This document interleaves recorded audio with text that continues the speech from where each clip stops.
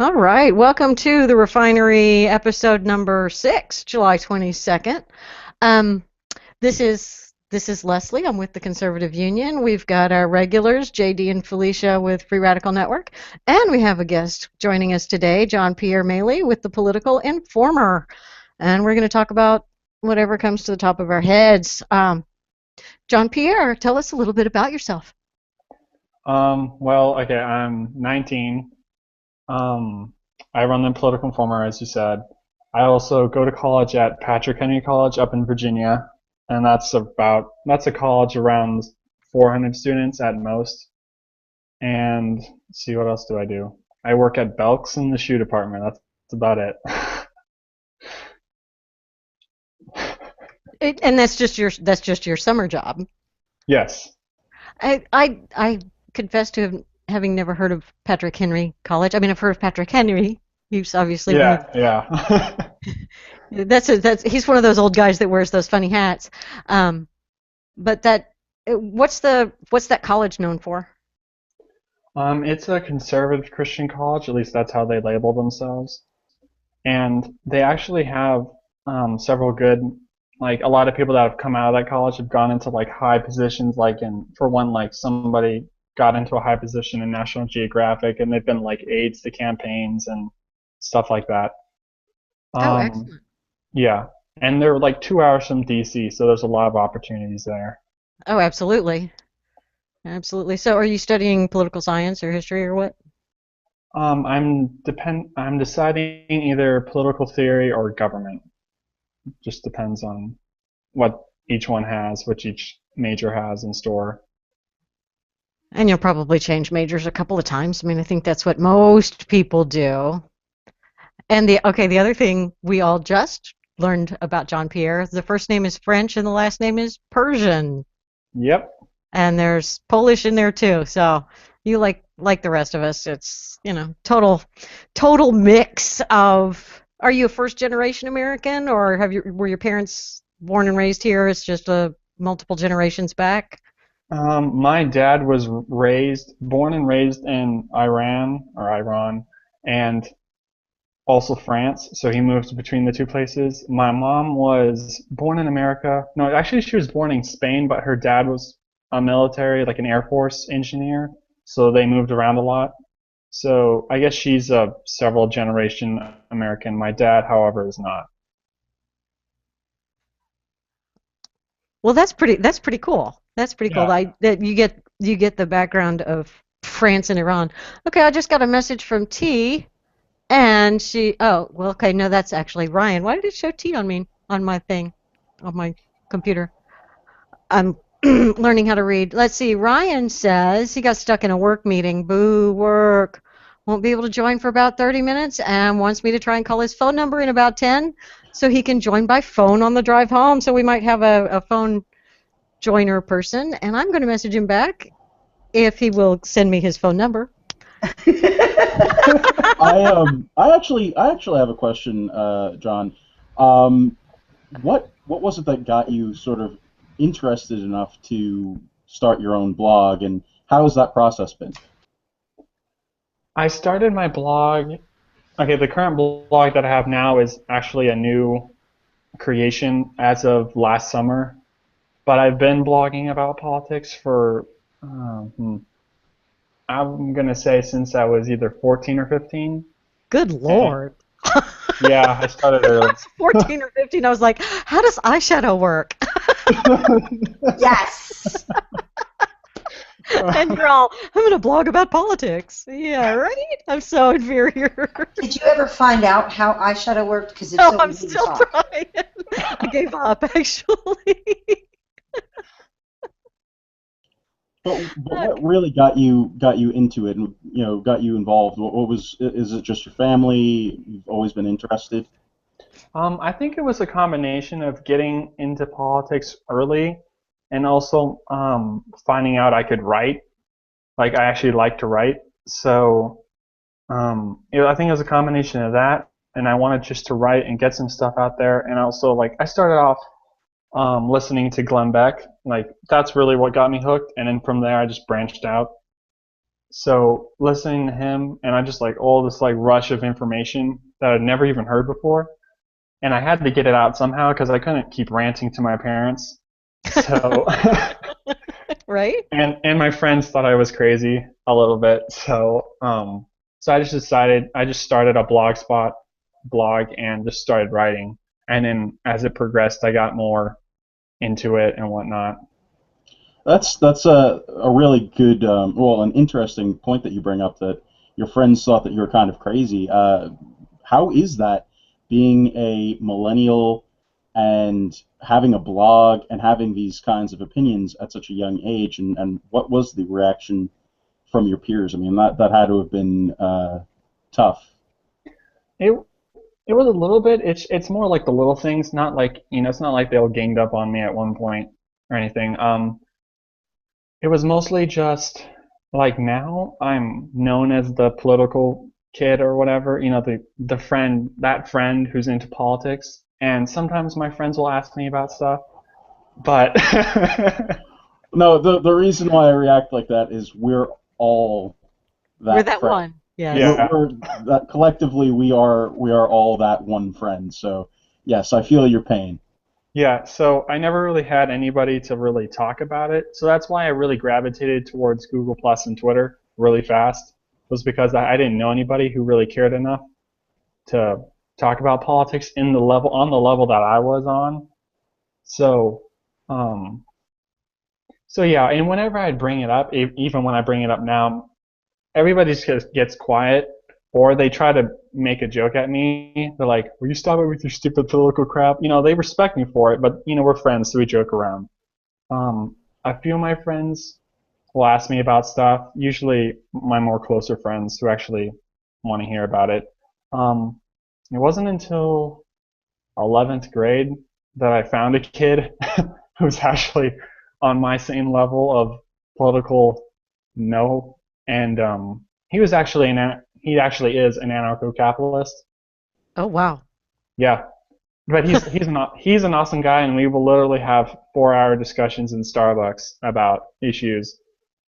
So right We're now, better to have a discussion with an anarcho-capitalist than at a Starbucks. That's pretty That's awesome. so awesome, isn't it?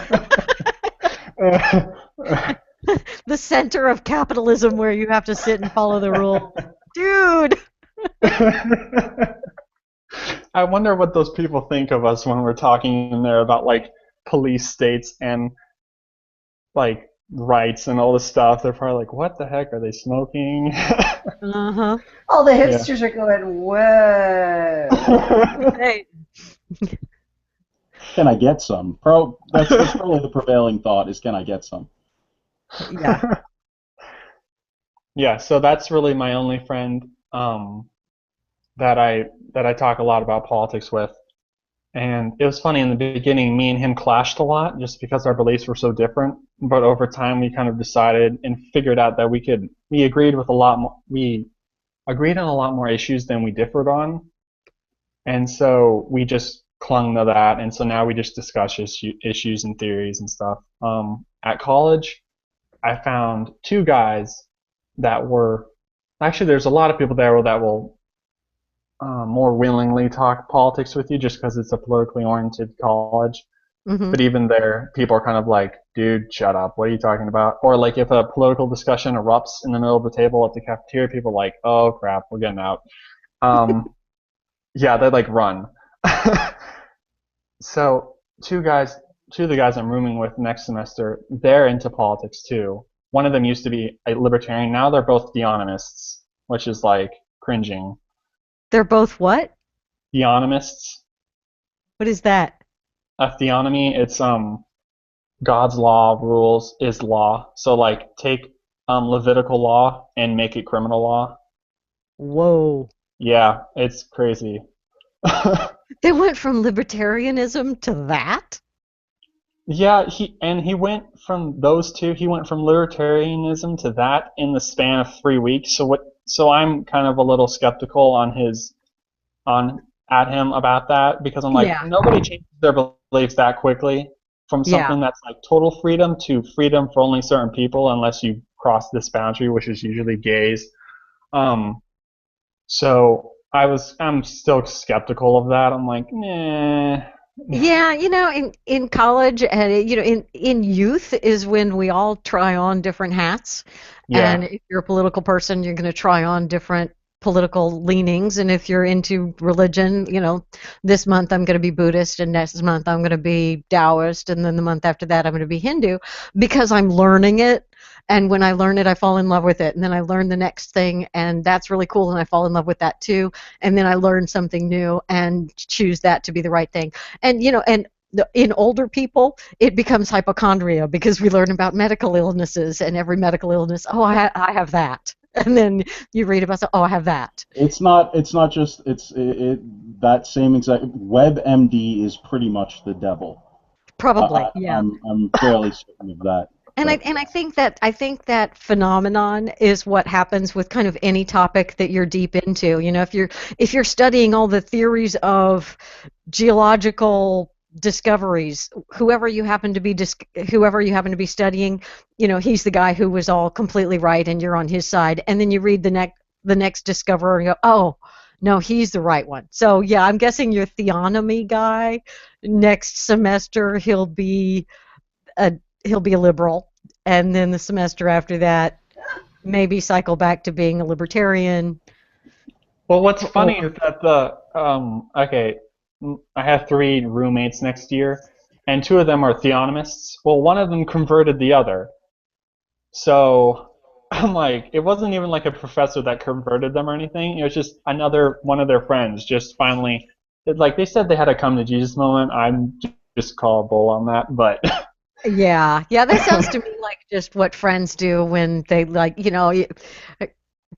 when what your friends like, you like hanging with your friend, so you're going to pick up on their, oh, you're into football? Okay, I'm into football too. Oh, you're into theonomy? Okay, I'll be into theonomy. I but I'd never really heard of theonomy before, so that's new. I was just hanging with the kids who like shoes and Yeah. drama. You know, Yeah, there you go. in yeah. college I was worthless. Oh, Fishy, this whole new camera thing, this backdrop that you've got going, that's really special. Yeah, no, it's just because there's so much crap in my garage. I had to cover it up to use the new camera. No, it actually looks pretty cool. You're preparing for your whole new commercial filming career thing that you've got going. Yes. Um, Okay, I, I'm gonna see if I can call oh, Ryan. you're gonna call Ryan. I don't know I've never done this before, so this is me gonna try. Should I? I don't know if I can try it as me or if I have to I do think it you have to as the call as Conservative Union. I'm Well, pretty that's sure a that. challenge because the Conservative Union is a computer that doesn't have a camera or a microphone. Right. So So, that might be tough.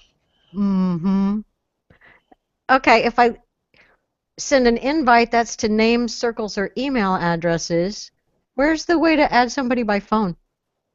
I have no idea. This is Google Plus. It's like Oh, and I'm supposed to be the expert. Damn it! you are supposed to be the expert. Right? I, And man, I look at didn't. me. We're I didn't study for this. man. Um. Okay, I'm gonna try just dialing a phone number in there. Oh, Hey. Shh. Mute yourself. Don't be giving out people's phone numbers. I know. I just realized that. I'm gonna mute myself. Bye. uh, yeah. We Um. are so professional. Well, I mean, this is our sixth show, so we must be getting it by now. John. What issues really are on your radar? What is your main? Is there anything that you're focused on with your blog? well, right now I've been focusing on individual freedom and really trying to communicate that to people. So I've taken a few cues from like you guys talking and everything and articles you send out, and then just building on my own stuff. So it's been a combination of that, and also just Twitter conversations help too, um, with liberals. So I have like a few liberals that I follow that are kind of like my guinea pigs, and so I try to like build a relationship with them and be nice to them and whatnot. and work on that. So usually that's my project nowadays and my key focus. No, that's very interesting, and something that we really are proponents of. It's good to not just surround yourself with yourself and have some liberal friends and people that don't think like you to uh, bounce stuff off of. Get some opinions back from. It's very helpful in crafting messages.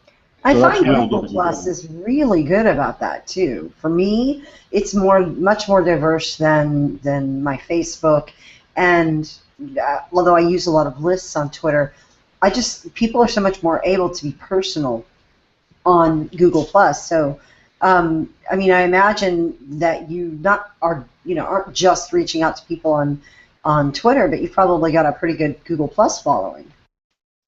I do. I haven't reached out that much to people of differing like opinions and whatnot on Google Plus yet. I've been mostly just focusing on Twitter for now, just because it's easier for me to find a few people here and there.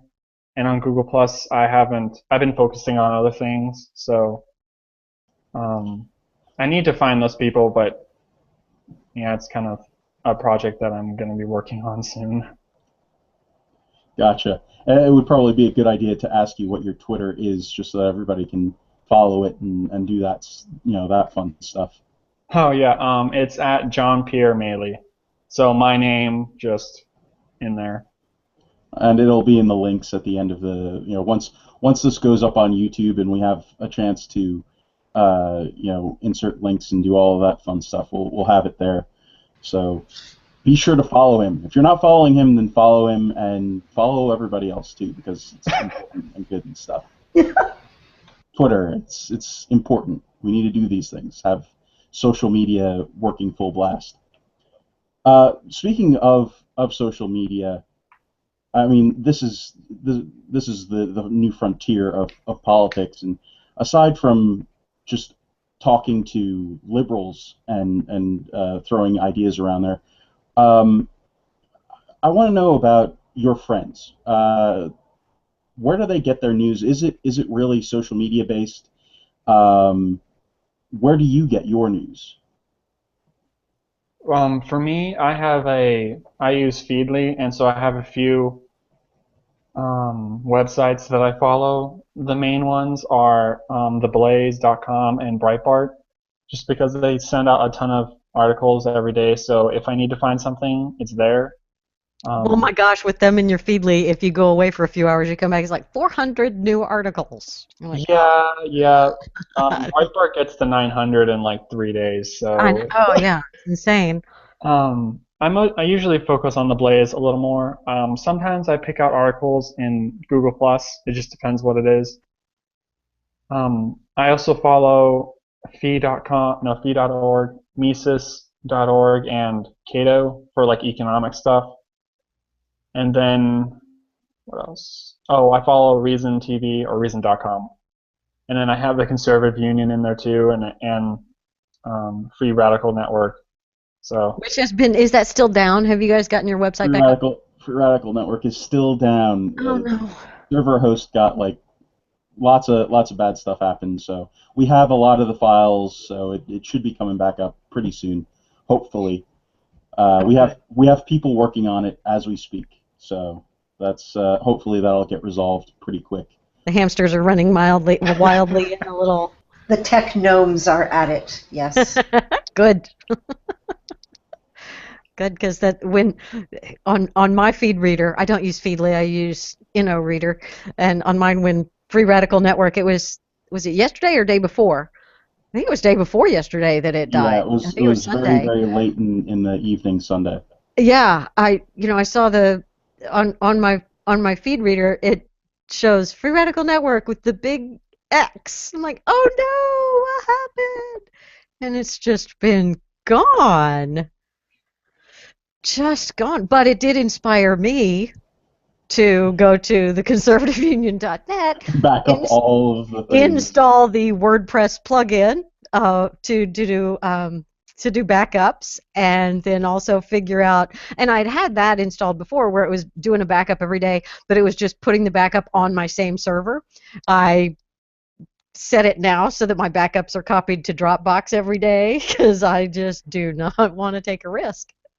So, Yeah, that's Facebook not giving good. me the opportunity to learn at your expense. Yeah, not gonna lie, I'm a little shaky still over the whole situation. Nobody's managed to pat down all my feathers yet and let me know that it's gonna be okay. But Yeah.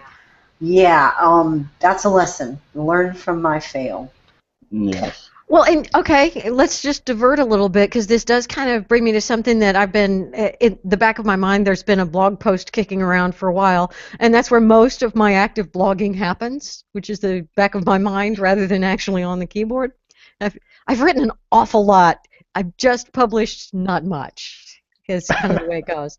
Um, but one of the things that I think various stories that we've seen over time, particularly the Facebook study that they did, that we didn't even know that we were being part of a scientific study about, oh, we're going to put all negative stories in your feed and see if it pisses you off. We're going to manipulate our users' news feeds and study the results because somebody's paying us for the access. And we know that Facebook shapes our news feeds. You're not going to see everything that John Pierre posts. You're not going to see everything that Felicia posts. And particularly with companies that you follow, you don't see everything unless and they're starting to figure out that they have to pay in order for their posts to be seen by the people who are following them. So we know Facebook is doing it, and we also know Google Plus does it and they're very straightforward about it. If you look in your home stream on Google Plus, those are people, you're seeing the posts of people based on more, fewer, medium, or none, however you've set that circle to show up in your home stream. And Google takes that information and says, oh, okay, Leslie's got Pradeep Shankar in the circle that she wants to see more of, so we'll show her more of what he posts, but not everything. We're going to make some decisions. We're going to have our computer run an algorithm on the stuff that she's read and that she's plussed and that she's commented on, and we're going to show her what we think she will find interesting or fascinating or beautiful or whatever happens to be the adjective of the day that Google is using. And since Google Plus isn't selling advertising, we can kind of have some confidence that they're showing to us really the things that they think are going to be more interesting to us, not necessarily that's going to be more profitable to them, because they don't make particular profit based on a post. But the bottom line is, what you read on your social media stream is shaped by the owner of that social media company. When I read stuff on Google Plus, I'm reading what Google Plus wants me to read. I'm not reading what I want to read. If I use an RSS reader like Feedly or InnoReader or Google Reader used to be, or some of the other ones, that's the only way to be really sure that you're seeing every story published on that blog. The only way to really take responsibility for and control of the information that you see is to control it yourself, and you have to do the work of subscribing to the blogs and the websites that you want to read, and you have to prioritize and you have to decide. Otherwise, you're leaving your information up to somebody else. ABC, CBS, Fox. We laugh at people who get all of their news from Jon Stewart or who get all of their news from ABC. Well, if you're getting all of your news from the people that you follow on Twitter, or if you get all of your news from the people that you follow on Facebook, you're just as limited. You're just as controlled by somebody else. And I don't know that a lot of people have really figured that out. And because there seem to be an awful lot of people out there who say, oh, I just read the Conservative Union every day, and that's how I get my news. I'm like, great, I'm glad that we're a trusty resource, and that's nice, but come on.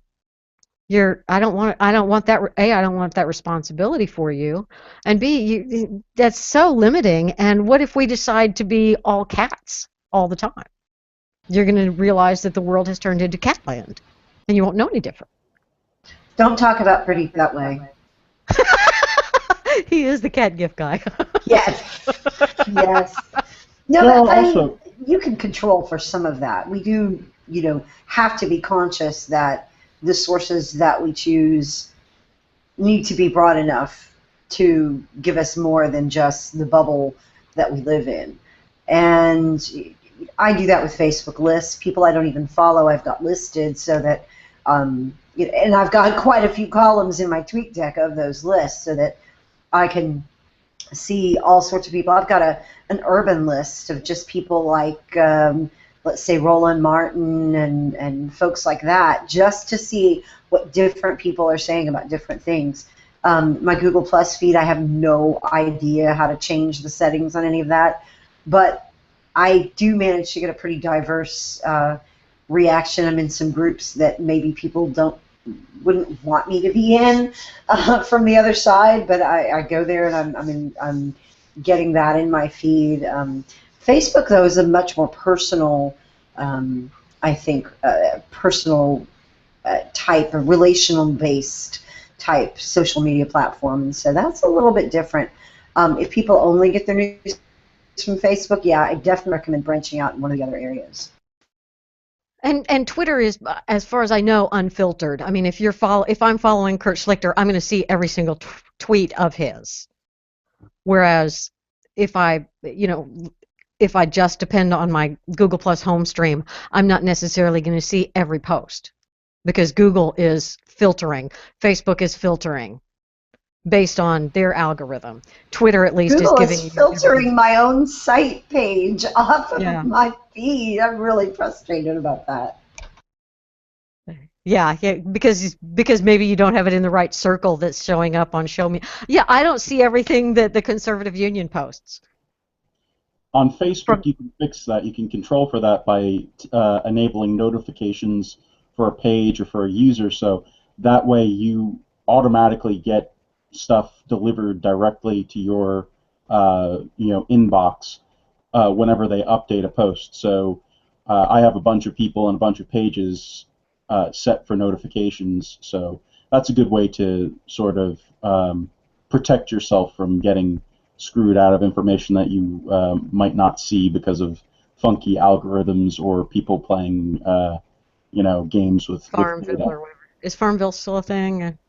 No, I was actually referring to the researchers and stuff. You really got to read that fine print, those end user license agreements, when you sign up for these sites, because That reminds me, there's a great video out on Netflix. Terms and conditions may apply. That would be a very good watch. And we're going to put the link in the show description. But really interesting about permissions and the sort of terms that different websites use.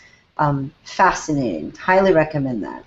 why would we put it in the description when it just appeared like right on the side of your thing right there? It just appeared there. Uh, we'll fix it in post. We'll fix it in post. Oh my gosh. We'll do it live. Yes. Famous Bill O'Reilly outtakes. We'll do it live. Wasn't that Bill O'Reilly that did that? Yes, it was. Yeah. I know. On the topic of feeds and news and where people get their news and all that stuff, I don't want to make too drastic of a leap, but there is a story that I really want to talk about, and I think that Fishy also is interested and ready to get into this one. But one of our, for Free Radical Network, we started our group after being involved with a lot of internet radio stuff, and Tony Katz's show and Larry O'Connor, and also Dana Lash. And Dana has been just a real. It's been really cool to see Dana make the move from where she was being on on radio in just St. Louis in that area to being a huge radio host, somebody who is actually a contender in a lot of big markets, and is on, is a contributor to Fox News, and has her own, I think, show on the Blaze. I don't have the Blaze TV, so I don't really know about these things, but she's made it. It's comfortable to say that she's absolutely crossed over to becoming a real, legit media presence. And she and Glenn Beck and Ted Cruz, I might add, went down to a border town in Texas, and they were participating in a charitable effort, to aid the horrible conditions that some of the border crisis kids are in, and it's just a whole big thing.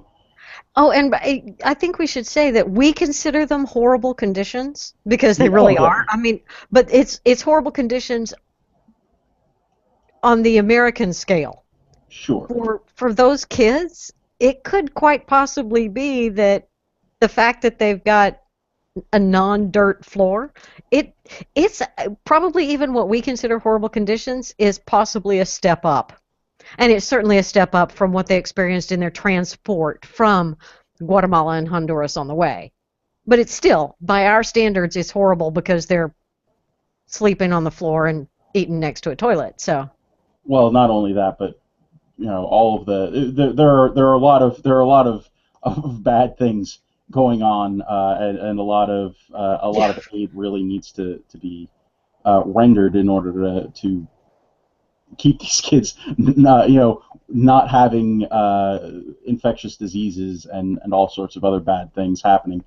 yeah. And I think that we've talked about this topic on the Refinery before a few times, and I think the consensus that we've come to. Maybe I don't want to speak for everybody, but I think that personally, it's become apparent that the correct thing to do is to say, hey, of course, this was a crime that was committed coming across the border illegally, all of that stuff.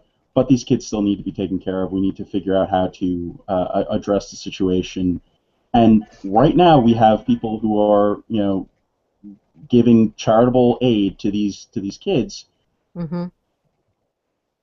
and are are becoming bad guys in the process. Not only bad guys, but elitist, rich snobs, according to an American Thinker column, which I've had a lot of good stuff. I've read a lot of good stuff on American Thinker. Mm-hmm. Lots of good stuff. I don't know exactly what went on and what happened that allowed this to be a post there, but it is a post. And what's even more confusing to me is that not only was it posted on the American Thinker, and it's still up there. It's Americans Protest Illegals as High-Profile Conservatives Pander by M. Catherine Evans. I've never heard of M. Catherine Evans. I've never heard of her either, but not only was it posted to the American Thinker, it was excerpted onto Breitbart.com. And it says some really, really mean, nasty things about Dana Lash and about Glenn Beck. Conveniently, I think, personally, not mentioning Ted Cruz in an ill light there. Interesting. But the pandering thing. Anyway, Dana Lash came out with a response to it. She posted on her site that will also be in the all of these links will be in the thing below when the video uploads. But just a quote from the article that is bashing Dana. While we regular cash-strapped taxpayers concerned about the well-being of our country stood on the overpasses Saturday protesting the total breakdown of our borders, where were our few stalwart conservative spokespeople and politicians? They were holding anti-illegal immigration signs with "We the People" on the were they holding anti-immigration signs with "We the People" on the National Day of protesting against immigration reform, amnesty, and border search? I'm sorry, I think I read the. No. That's the right one. But it's the what it's trying to imply is that Dana Lash is not a regular cash-strapped taxpayer concerned about immigration. So it's saying that she's rich, and she's not a regular, American taxpayer. It's all of the. It feels like an attack from a leftist, quite Well, frankly. I mean, in my opinion. and it's the classic leftist false dichotomy. You're either taking care of children or you're protesting illegals. And if you're not protesting the illegals, then you're obviously in favor of open borders or something. It's like your choice was to either take care of children or to stand on the overpasses and protest illegals. You couldn't, it's not valid to do either one, to do anything but one of those two, and there is no in between. There's no way to be, if you're feeding the children, you obviously can't also be opposed to illegals. I mean, it's so intellectually dishonest. I can't even see straight. We get all over liberals for using these kind of logical fallacies. Right, right. And may I say that when we're talking about private charity with humanitarian aid in a crisis situation, Exactly. in a place that's being overwhelmed with cash-strapped counties and resources that they don't have, that they're waiting on some sort of relief.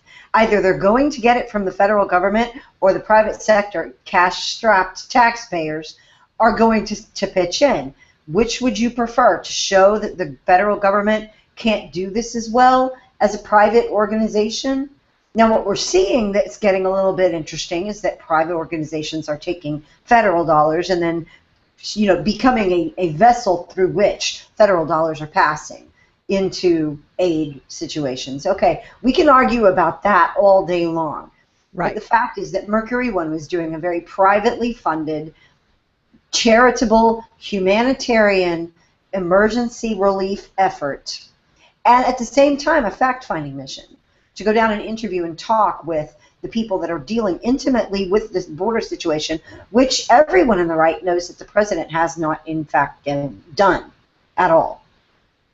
And to imply that conservatives are so limited in their abilities that they cannot chew gum and walk at the same time, that they cannot help children in an emergency as well as advocate for the government actually doing the responsibilities that it's supposed to do and carry those out, is ridiculous. And any conservative that's got that position, I'm begging them to reconsider that position, because it is harmful, it is divisive, it is dishonest, it is completely outside of logic and reason based on everything they say on the conservative side that they support.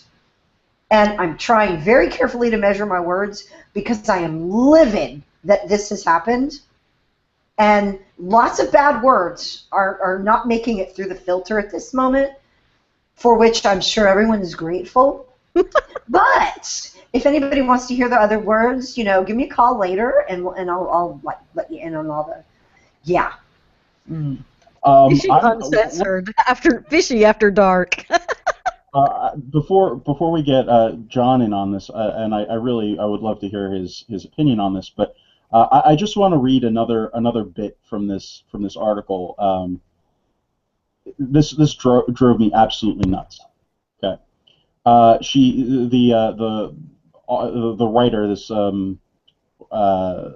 Catherine Evans, quotes Dana Lash from The Blaze. Before the trip, Blaze and Fox News commentator Dana Lash offered this explanation for her decision to help out at the border, even though she is staunchly opposed to illegal immigration. The feisty liberal-turned-conservative, why do we need to know this, sounds positively out of touch with the very people and issues she purports to champion. From The Blaze. The Gospels also implore us to minister and to witness, and the parable of the talents implores us to use that which we have been given by God to do good and glorify His name through our works, which includes using our talents and our platform to serve as good stewards of our fellow man. If the issue is Glenn Beck advertising for help with this effort, do they also find it offensive when celebrities promote wounded warriors? Do they find the Salvation Army offensive when celebrities work with them? I mean, isn't the whole point of charity awareness and to raise funds to help? Lash, who will be accompanying Beck to the border, said she understands the frustrations of those who were angered by the event, saying, "I get it. You feel like you cannot take it anymore from this administration. You feel overwhelmed. Every day there's a new headline. The NSA, the IRS, the EPA, the NEA, the BLM, the DOJ, the ICE, Benghazi, voter fraud, healthcare. The list goes on, and you feel persecuted, and your patience for everything has run out. Fam, I feel you." That was Dana's quote. The next line, I don't, I can't handle. I don't understand this on a. It drives me nuts from a writer's perspective, because this elitist, I feel your pain rhetoric would not matter or even register on the relevancy meter if these so-called conservative provocateurs did not put up a pretense of representing we the people.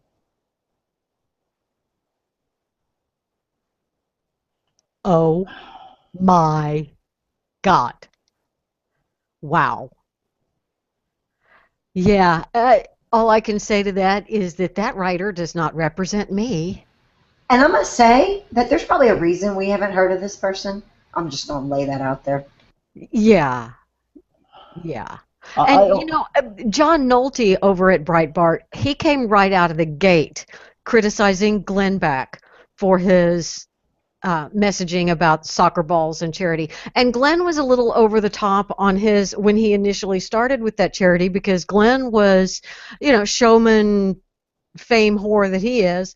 Glenn was all, I'm going and I'm going to do my charity stuff, and anybody who disagrees with me doesn't care about children. I mean, he started it out by creating a real weird false dichotomy, but in a sense you just kind of have to look past that, because that's Glenn Beck's shtick.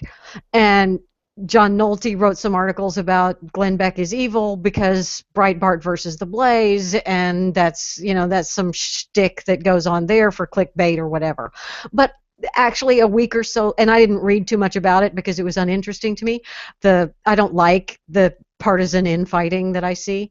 But I did notice a couple of weeks later, or a week later, that John Nolte was kind of backing off and saying, I had a very strong reaction to what Glenn was doing, but my reaction was the way he was saying it, not what he was doing. And so, that's cool. I get that. Yeah. But apparently this American Thinker guy is having the reaction to what Glenn Beck is doing and what Dana is doing. And I don't get that at all. Not even at all. Well, he made a liberal attack against both of them. I mean, calling them out, like, he was practically making fun of their wealth, or if they have any wealth. So, I mean, that's what liberals do, And I'm surprised he actually made that attack, because, like, what are we, liberals, that we would attack somebody's wealth and what they do with it? It's mind-boggling, and it's not a he, it's a she, and I don't know who she is, but it's not even just that this article happened. I mean, that happens sometimes, and it's out there on American Thinker. What really is mind-boggling to me is that it made its way from American Thinker to Breitbart. It got excerpted to Breitbart. And the relevant passages are on Breitbart.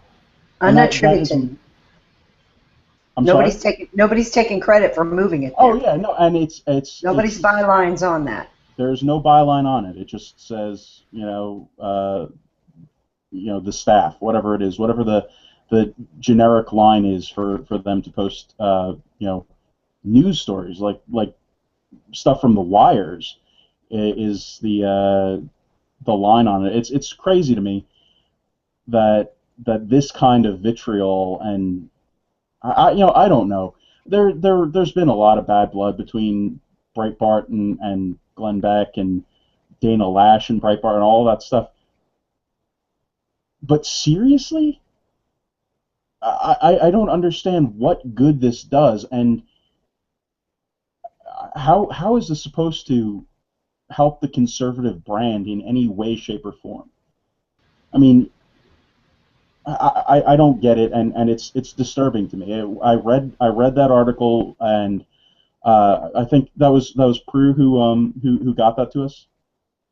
Yeah. So thanks Prue for bringing that up, for finding it. I was just disgusted and you know dismayed that that it exists, number one, but the fact that it goes to such length. I mean, I didn't read the whole article here, but it does go on. It's not. It doesn't just stop there. It continues on, and it's really, really. Ah, I want to lay this out for people. Pardon me, I'm going to go on a little rant, but hopefully hold we'll. on, quick. Let me mute. Oh. Seriously, okay. We're talking about a humanitarian crisis. There's no argument about that. When you have thousands and thousands of immigrants of any age or any country of origin that show up on your shores, that is a humanitarian crisis. People in poverty with potential illnesses, with no destination except getting across the border. That is a problem. It is a problem that is currently under the purview of the federal government to deal with. That is just the way it is. Those are the facts. Now, having said that, the people that are taking care of the folks that have come across the border, again, doesn't matter what age, doesn't matter what country of origin, but the people that are charged with their care are the people who should be monitoring the borders. But the Border Patrol have been moved into a hold and process function. This is just the way it is. I'm not making any statement yet about who's supposed to do what. That is the picture on the ground. And so you have a federal government that is run at the administrative level by Barack Obama, who is refusing to do deportations, apparently, who is refusing to expedite them, and who has taken advantage of a human trafficking law in order to, we all believe, throw open the doors of the United States to children and unaccompanied minors and children with, young children with parents, in order to invite them to come for, any number of purposes, but people believe to eventually swell the Democratic voter rolls. Okay, but regardless, you have a federal government that is not going to do the job of processing people in the way that one would expect, because it is an administration that is unwilling. That said, we have governors who are attempting to work through the problem because their state resources are going to be taxed. Rick Perry has said that he's sending 1,000 National Guard troops to the border to help deal with things on the American side. I don't know in what capacity exactly, but that is part of the plan. And Greg Abbott, the Attorney General of Texas, has said they're sending the bill to the federal government. So all these things are going on. And the only way that you're going to police your borders in the way that conservatives say they want them policed is to change the people who are in charge of enforcement so that they will enforce it. The people in charge will enforce it. You cannot, we've already talked about the viability of impeachment. It is not going to happen, not within the time frame that people need it to happen in order for it to help with this problem. It just isn't. So that option is really off the table short term, period. Now, I don't care what overpass you stand in front of or over with a sign. It's not going to change this situation right now. But we have this situation on the ground right now, and we have charities and people like Glenn Beck, whatever you might think of him, and I'm not the biggest fan in the world, believe me. It's a good instinct. It's a good idea. And if you are not moved by the plight of these children, because perhaps you're more concerned about your own. I get it. I totally get it.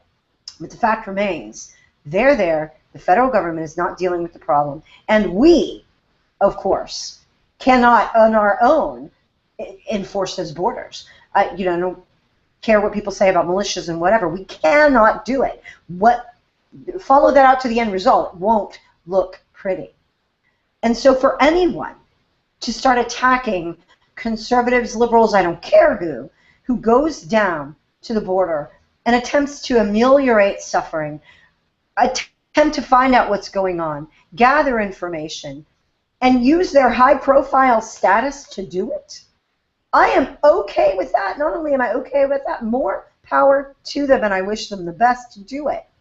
But people who are going to choose that situation to make divisions in the conservative movement over someone choosing to help in this way rather than, say, go join somebody at an overpass with a sign.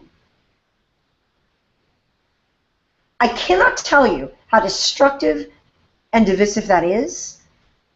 And if you are one of those people and you're watching, I'm going to advise you very carefully to rethink your position, because what you're doing is marginalizing yourself so much and giving the left so much ammunition to talk about heartless conservatives. You know that conservatives give to charity and love people and do things for people. They don't manage to do it with public dollars when we can help it. We like to do that privately. And for people to very, very narrowly define these things as either or, you either are against border invasion or you are for border invasion based on your actions, is one of the most disingenuous things.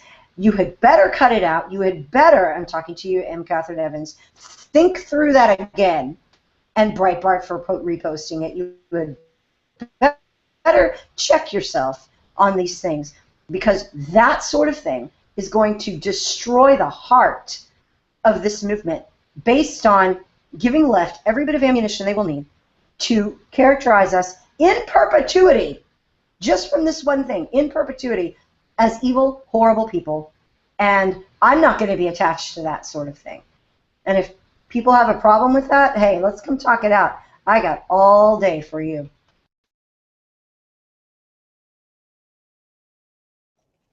You forgot to drop the mic. It's still clipped. You need to drop it. Dropping is a part of the process. Yeah. And I fully expect that if the trend continues from the way that that this article worked or didn't work or happened, the only thing that she would get out of this is she would get the part where you say check and then figure out how to edit privilege in there, and that's what it would be. You are you've already professed to and have shared, in fact, videos about conservative social justice. So you are in fact a leftist and a rhino and should be rejected. So just want to throw that out there. Bring it, baby. Bring it. Oh boy. So yeah, we're a little bit riled up here on the refinery tonight. Well, I think this article is an opportunity for us to really do what we have set out to do, which is discuss how do we improve conservative messaging, so that so that we can kind of work to put an end to the incorrect perception that we, I don't know, hate babies and poor people, or want to throw grandma off the cliff, or whatever it is. And Felicia sort of touched on what's important when big stories arrive. Trying to guide the conversation in a useful direction is always a challenge, because people want to just talk about the big things. I mean, we see so many blog posts about Obama should do this and what Obama should do, and I tune out, and I just skip past any article that starts that way, because if you're taking your time to write an article that's advising Obama what he should do, you're wasting your time and mine, because it's never going to happen. That's why, of late, I started writing things about focus on the states. You need to talk to your governor, talk to your state senator, because Washington isn't going to do anything about this border crisis. They're simply not going to.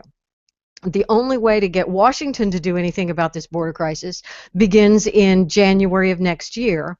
And what we can do to make that better is we can win elections in November. So the only attention you need to be focused on Washington about is on electing Republicans in Washington. That's the only thing that matters in Washington right now, because the rest of it is just a waste. It's, write it off. If you want to pay attention to Washington, pay attention to the elections in November. If you want to pay attention to the border crisis and get something done there, be talking to your governor, your state rep, your state senator. And voila, apparently Rick Perry is like Kevin Williamson, and he reads my posts and listens to the Refinery, because Rick Perry is now sending 1,000 troops down to the border. You're welcome, guys. I recommended that he do that, and I recommended that he just do stuff and send them the bill, and say basically, Barack Obama, so sue me. Guys, we're having an impact. We really are. Did you know that there was an article about me this week? Did you know I was the subject of the entire interview? Yeah, I'm something. Okay, sorry, that was a little ego moment there. What? I have ADD and I get distracted. And you're a narcissist. a fine piece of journalism from John Pierre. From John Pierre. That was a fun interview to read. It was the best it was the best article ever written, ever, because it was about me. It was totally fascinating. I liked it. Thanks, guys. I am a benevolent narcissist. We give it 5 stars. Yeah. There we go. Awesome. But so we do this stuff. If you want to be involved in stuff on the border, you talk to your politicians at the state level, and then if you want to actually do something, sure, you can engage in a protest. But what you can really do to really put action to helping stuff at the border, you go to Valfurious and volunteer there to recover bodies that are hidden out in the brush, or you go to McAllen and hand out water and diapers to the baby children. Those are the things you can do. But standing up and screaming about what Obama should do or what any Washington politician should do, that's just kind of a waste of time. And I think what we can do here in the Refinery, since we think this way, is try to direct conversations and make sure that on our own part, we skip past the articles about what Obama should do and just ignore it. Don't even bother commenting on it. Don't bother telling people it's a waste of time to think about it. Instead of telling people don't bother with that, we highlight and discuss the things that should be happening, which is, okay, maybe now we need to convince Jan Brewer to do what Rick Perry is doing. Now we need to talk to Bobby Jindal and get him to adapt some of Texas things, and let's have this whole movement of the states taking over and doing what Washington is failing to do, and send Washington the bill. Hey, maybe the hashtag is send Washington the bill. I don't know. That's the hashtag. And you're totally racist because you forgot Susana Martinez. You didn't mention her. And I knew there was a state in there that, yeah, exactly. Sorry, Susanna. But that is good, that focus on the action items of things that you can accomplish now. And what better way to put the feds off their game, by the way, than having states really assert power because of, say, an emergency crisis. Giving the opportunity for a state to say, hey, you're doing things that are detrimental to my citizens, I'm going to handle it, and I will send you the bill, or you're going to come and handle it. One or the other. Do you want that power in your state more in your own hands, or do you want to cede it to Washington? Rick Perry didn't do 1,000 National Guard troops on the border because he woke up and felt like it. There's significant pressure in Texas to do that. So let's move to the next state and the next state and the next state. Exactly. And Or that if and that puts the energy takes the energy away from bitching about Obama and puts the energy directed at encouraging Jan Brewer and that other person, Susanna Martinez. I was terrible, terrible, terrible. But I think you're right. I mean, this is something that George Templeton at Rodent Politics talked about hmm a couple of weeks ago, and it is absolutely valid, and it is something that can work, and it's something that puts momentum in our favor, and that's pretty rare. I mean, that's not something that we get all the time in the conservative movement, so we need to capitalize on it and get that going. But if you've already done that, if you've already gone to your state reps, if you've already tried to contact your governor and talk about these things, and there is no election in your state, we need to beat this into the ground for the billionth time. There are elections out there that do matter, that you can change. My personal two favorites are Joni Ernst in Iowa and Monica Webby in Oregon, which is such a close race and would be so amazing if we could take it. Um, you know, it's something that we need to do. We need to make sure that we take back the Senate hmm in January of next year. It's got to be what gets done.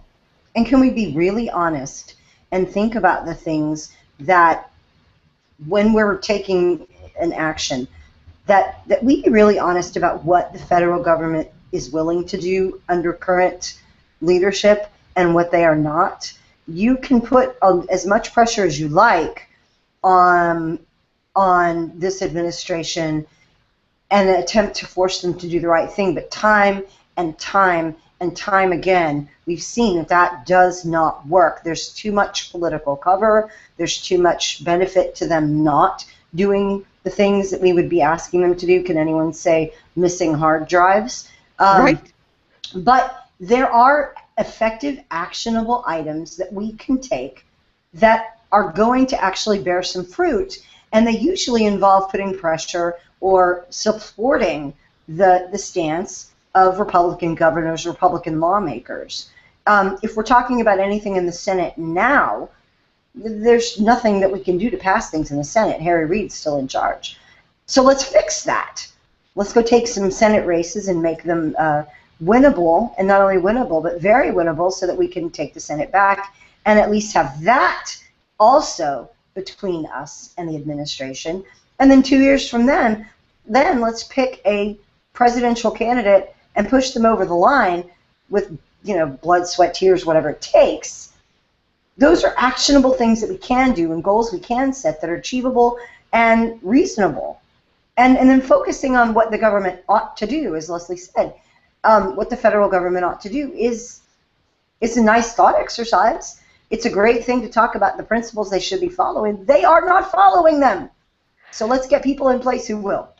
And I think there is a place for discussion and even some emotion and campaigning about what the government should do if you're doing it from the standpoint of this will help in the Senate race. If you genuinely are doing it because you think screaming louder is going to change Obama's mind, you're off target. But if you're screaming and yelling about a particular policy because you believe and you've thought it through and you think that this is what's going to educate voters and is going to help get people energized and to the polls in November because this is an issue, then knock yourself out for it. Just, be talking about how Obama's doing the wrong thing if you're doing it with a perspective that your goal is to drive people to the polls in November. Look at your message needs to be in tune with a realistic goal. If your goal is to get Obama to change his mind, that's not a realistic goal. If your goal is to drive voters to the polls in November to vote for your guys, whoever they might be, just to energize them, then okay. If the message is congruent with that goal, that makes sense. That's where back when we were talking about the government shutdown, there was a case to be made that was the right thing to do at the time, because the target of that was not because it was going to change anything long term, because we all knew it wasn't going to, but the idea was to show our side that we did have some people who would stand up and fight for a principle. And there were people on our side who didn't believe that was ever going to happen, and they kind of needed that. And they needed that message. And so, yeah, there was a reason for that. And as long as we're understanding that, even when we're talking about Obama's doing the wrong thing, as long as we know that we're not really going to change his mind, because we're not going to. But if it's talking about Obama's doing the wrong thing so that when people go to the polls in November, they vote for our guys, then that makes sense. It's just a does it make sense where I'm kind of trying to say the same thing, that we can say the same thing but tweaked a little differently? Yeah, it does make sense. Sorry, everybody had their mics off for a second there. Yeah, well, I'm about to make my protest sign and show up outside your house because you're totally sold out. I did. I'm a rhino, and it's sold out. McCain 2016. You're worse than a rhino. You're an Obama lover. Oh, well, yeah. See, I'm a closet.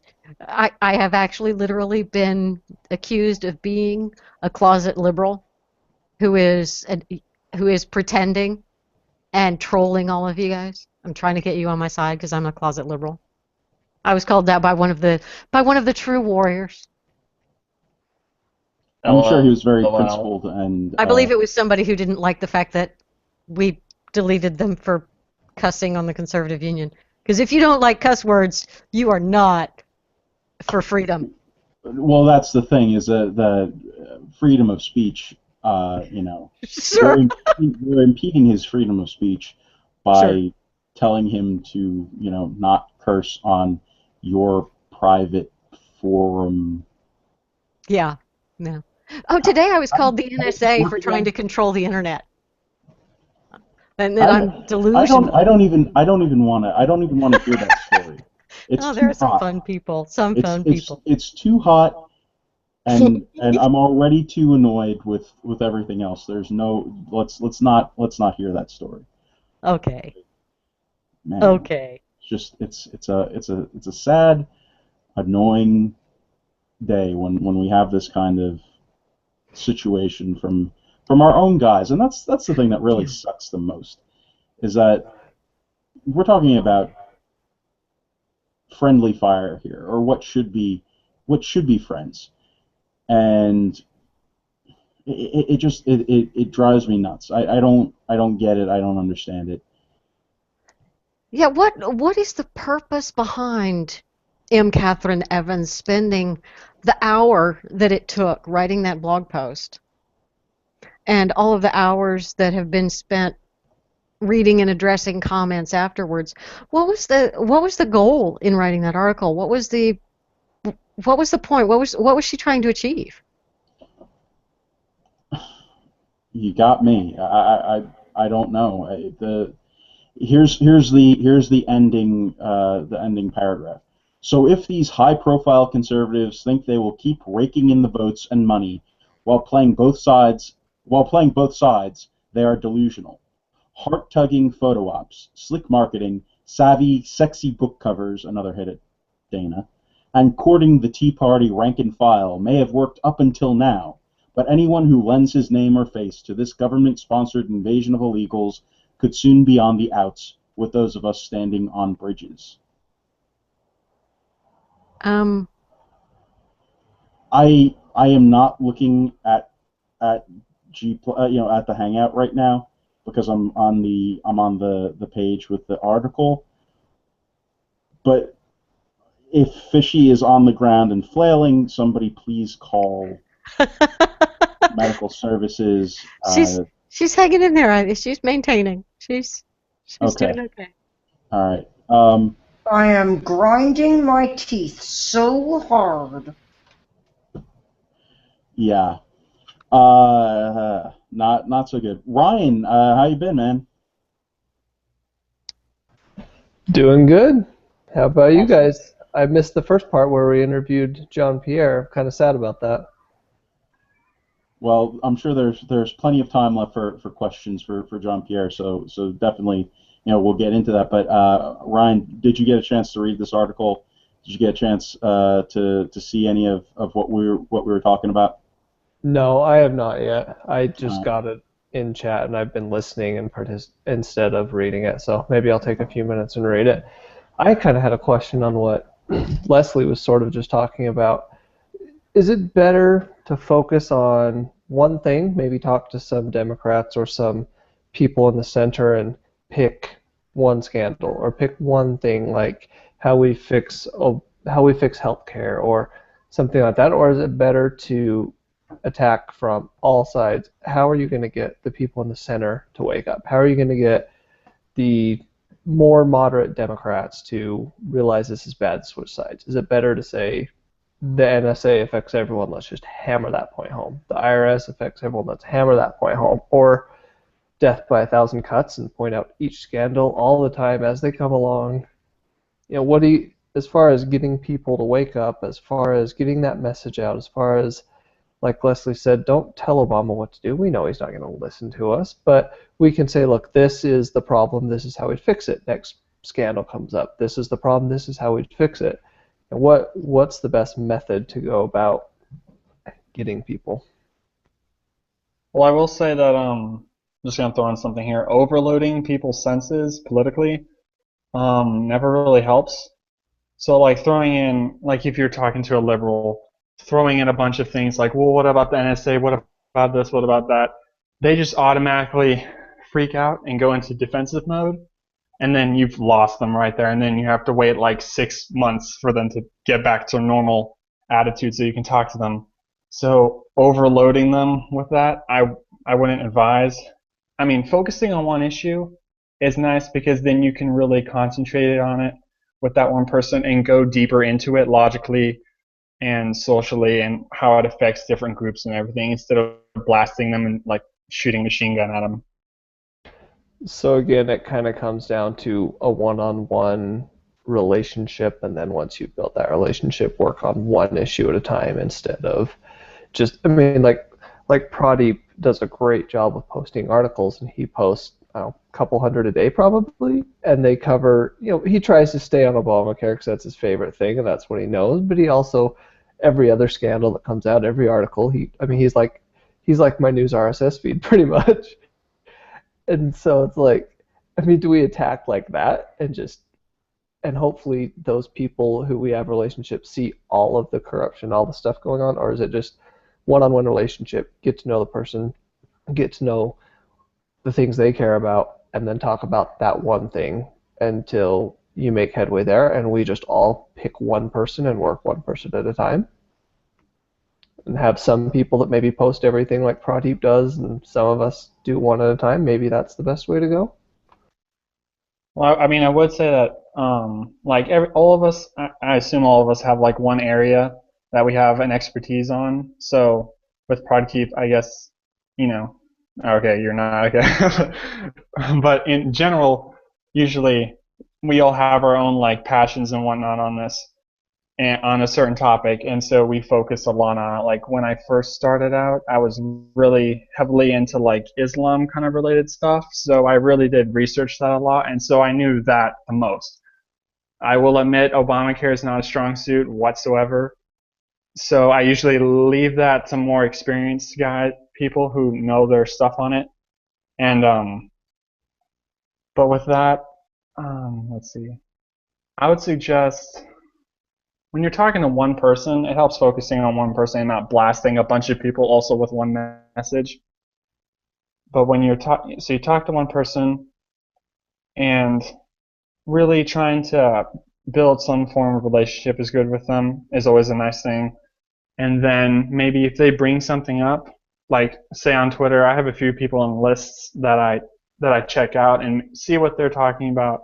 And if one of them mention something politically, whatever, and it's usually more like they're trying to figure out something, and it's not obviously like they're ranting or got pissed off that day. I usually will try to add something in, and then follow up on that and talk about it. But usually I want to outright talk to somebody about an issue, not unless I've already been talking to them for a while.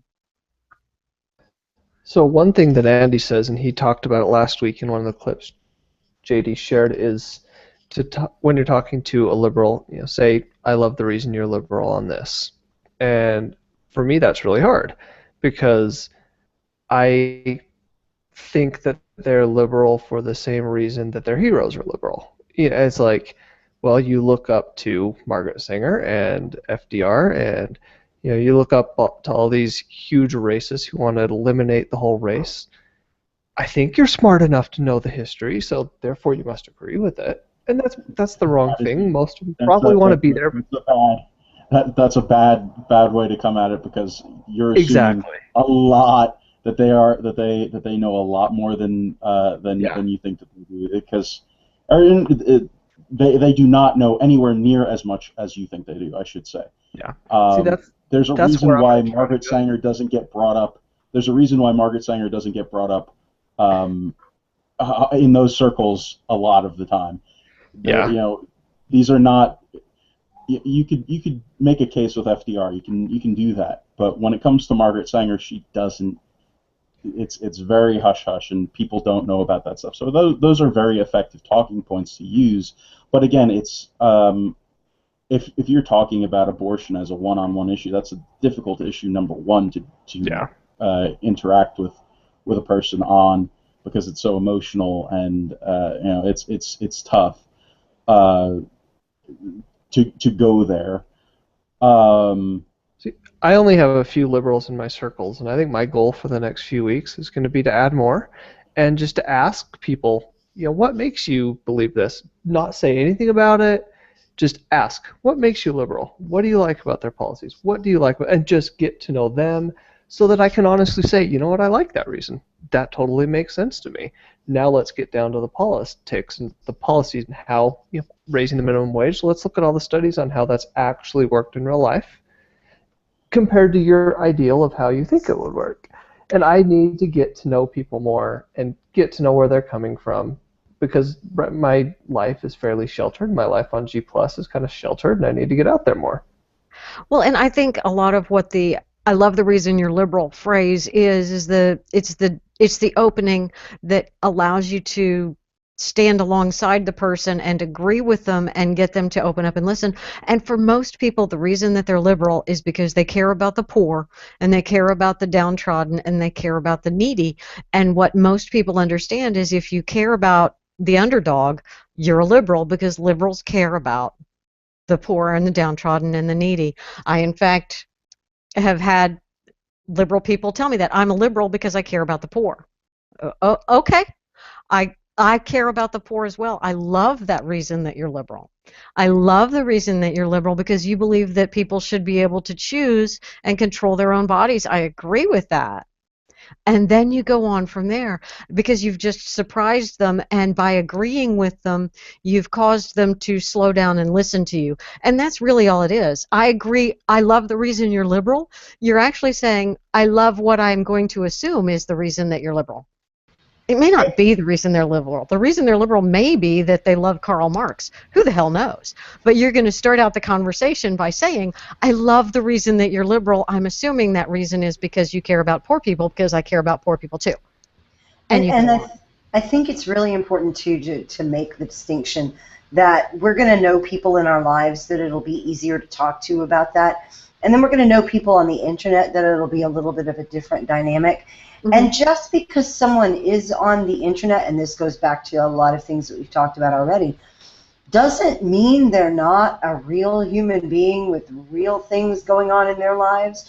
And too often, I think we begin to think of people that if we disconnect from them, if we're only talking electronically, or if they are so other from us as to be, irredeemably liberal or whatever, and we might define that completely differently from the next person of what irredeemably liberal would mean, that it's so much easier to be ugly and nasty. And I have no doubt that, say, the author of the piece we're talking about it, American Thinker, thinker, doesn't have any connection with Dana Lash or Glenn Beck or any of these people. They've never encountered them, have never seen them as people, but as figures, as public figures, as these maybe even mythological people. In some ways they've built that up. There are real human beings in this fight, and we're nasty and ugly and mean to them a lot. And I'm not just talking about being mean to liberals. I'm talking about that interconservative fighting going on. Yeah. These are people, and the children at the border are people, and the border patrol that are dealing with this are people, and the National Guard guys that are going down there are people. And the internet and technology removes us so much from the realization that you get when you live next door to somebody of how human and how much of a person, a real person they are. And I hope that people start thinking about that when they're messaging anything, because it's really great to have these, bombastic and exciting and snarky messages that go out all the time. There's some fun in that and whatever. But if you're attacking people, be really certain that you're really thinking that through, because really the kind of reaction that I've had to seeing Dana especially attacked in this way, it's incredible. My blood pressure is I'm probably going to have to go to the doctor for all this, because I've met her. I know her. She knows who I am. We've had conversations. She's a real person to me. I've seen her as a person for a long time. This is not just some celebrity that flitters around from place to place. The woman works incredibly hard to get what we all want. One article, somebody has tried to marginalize her into some cardboard cutout of what she is. Oh, come on, just say it. Leave Dana alone. Come on, yeah, leave Dana alone. Sorry. Do it. So we need Chris to do that. We need Yes. Chris Slash, because he'll get the mascara. He'll do. Right, we need the mascara. Leave Dana alone. He'll go and do that. But it's true. These are people, and that's a great point, bringing up Britney Spears, though, because people do that to celebrities all the time. We become mean because we are so distant. And this world, those kind of comments don't stay in your home circle anymore. Well, they're and out I on think Front Street. part of it is the distance that the internet gives us. It separates us from that face-to-face, in-person human interaction. And most of us learned in high school that conversation and understanding and meaning is only 7% the words you use. Then there's the tone of voice.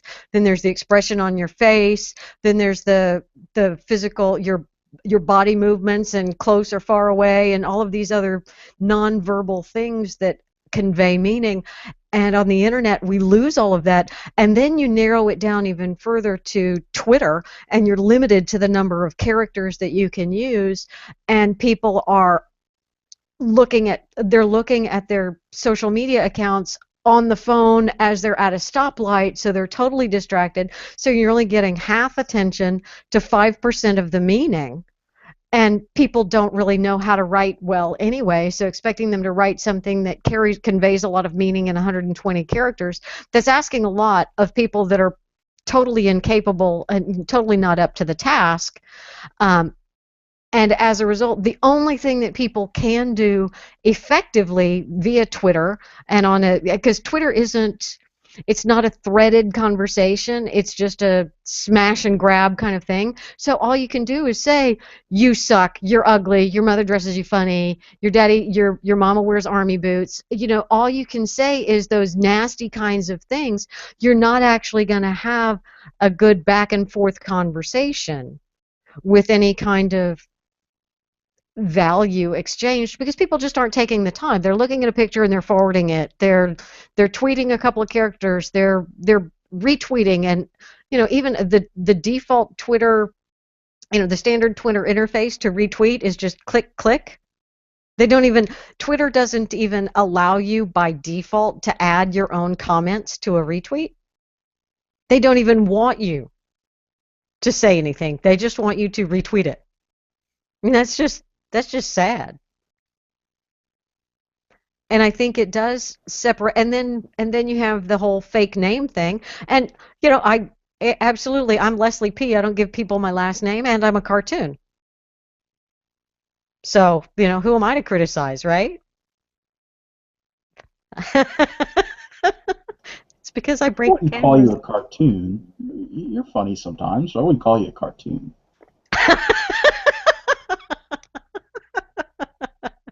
Look, I have that Avatar thing that's a cartoon. I watched the Lego movie this last weekend. I think that qualifies as a cartoon, and it was hilarious. So that's not fair. Thank you, Ryan. I was going to call him out for it. I'm glad you beat me to it. What? Oh man, I don't understand. See, here we go again. I'm being attacked by a bunch of other conservatives for something that was just these are erroneous attacks against me and my character. So Are these microaggressions? yes. And everybody saw you do it. I mean, Everybody saw you do it. So you can sit there and defend yourself, but it is not going to work. well, since they're coming from Fishy, they're definitely microaggressions. Ooh, short jokes. Speaking of microaggressions, did you guys see Ted Cruz's response to True Blood? No. That was, it's funny. He just rips them apart. And it's really nice language. And, I shared it. Let me find it. I'll read it. Yeah, definitely you need to share that. Well, I did share it already, so you can look on my profile. But Yeah, but I don't read your So- stuff. Oh, wait, was I not supposed to? yeah, I know. Of all the places I never thought to be mentioned, HBO's True Blood would have to be near the top of the list. Sunday night, they aired a misogynistic profanity-ridden episode where Texas Republicans are murdered attending a Ted Cruz fundraiser. Well, I'm sorry to have lost the vampire boat, but I'm astonished and amused that HBO is suggesting the hardcore leftists are blood-sucking fiends. Then again, I never had a chance with the vampire vote, since the dead tend to overwhelmingly vote for Democrats.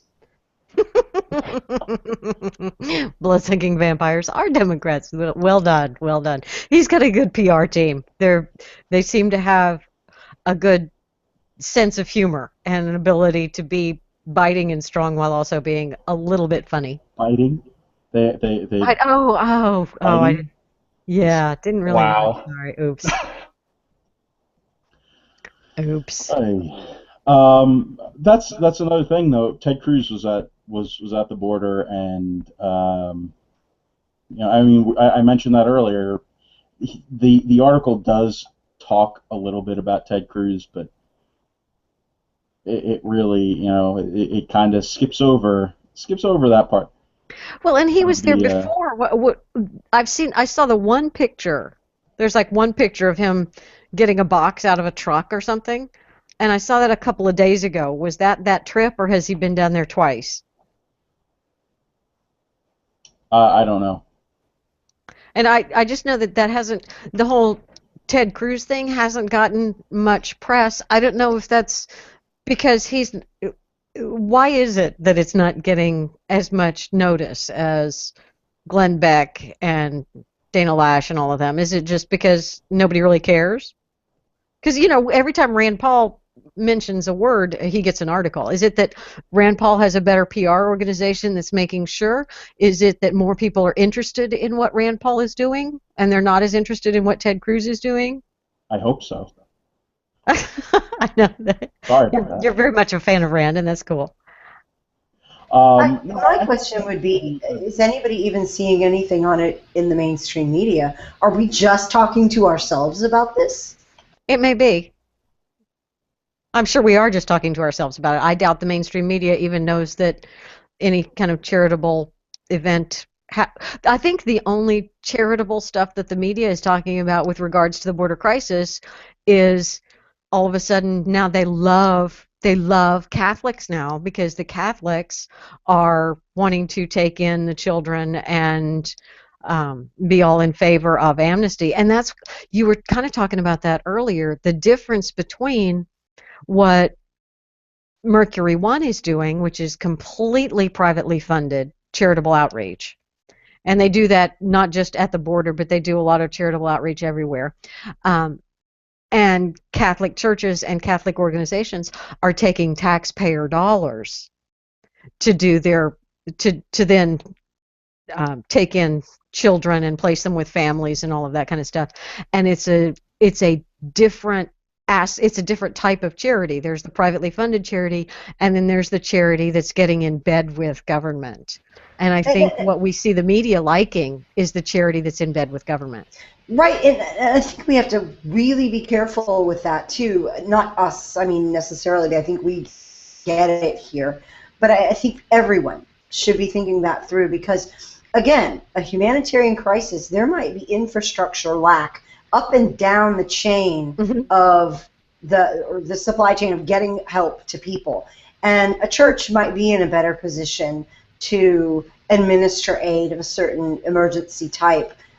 So, I mean, even though I'm kind of critical of that compared to efforts of, say, Mercury One, it might be the only way that government, as it's currently structured, with the resources that they are, having at their disposal, it might be the only way to get those resources to people in an emergency. I want to be very clear about that.